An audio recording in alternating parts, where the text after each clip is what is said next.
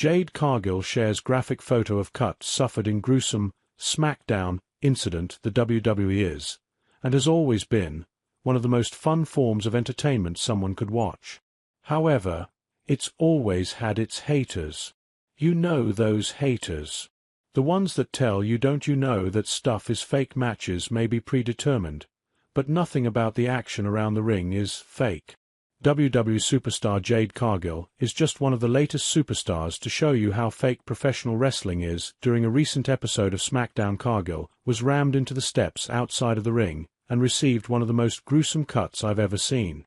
Take a look below, and I seriously mean to scroll at your own advisement. Like, for example, if you happen to be eating, I wouldn't look at the photo Cargill shared. That's going to leave a mark. A cut like that would have me crying like a toddler. However, Cargill, whose character on WWE television is depicted as one of the baddest women on the planet, also seems to be who she is in real life. So, the next time you hear a nerd talking about how fake professional wrestling is, please direct him to an athlete like Cargill. I'm sure she will gladly explain to that person that the scar on her head is imaginary.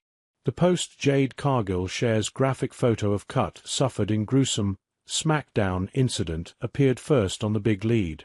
It's hard to think of 14-time WWE Women's World Champion Charlotte Flair going by any other name at this point, but the Queen once had other ideas as her WWE run was just getting started.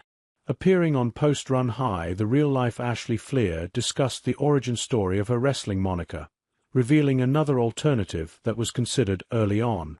I pitched a few names, Flair said. I pitched Elizabeth Reed.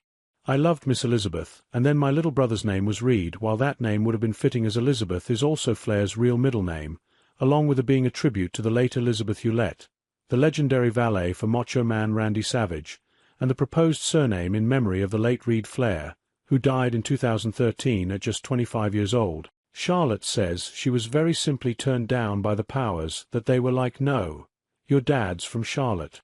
We're naming you Charlotte.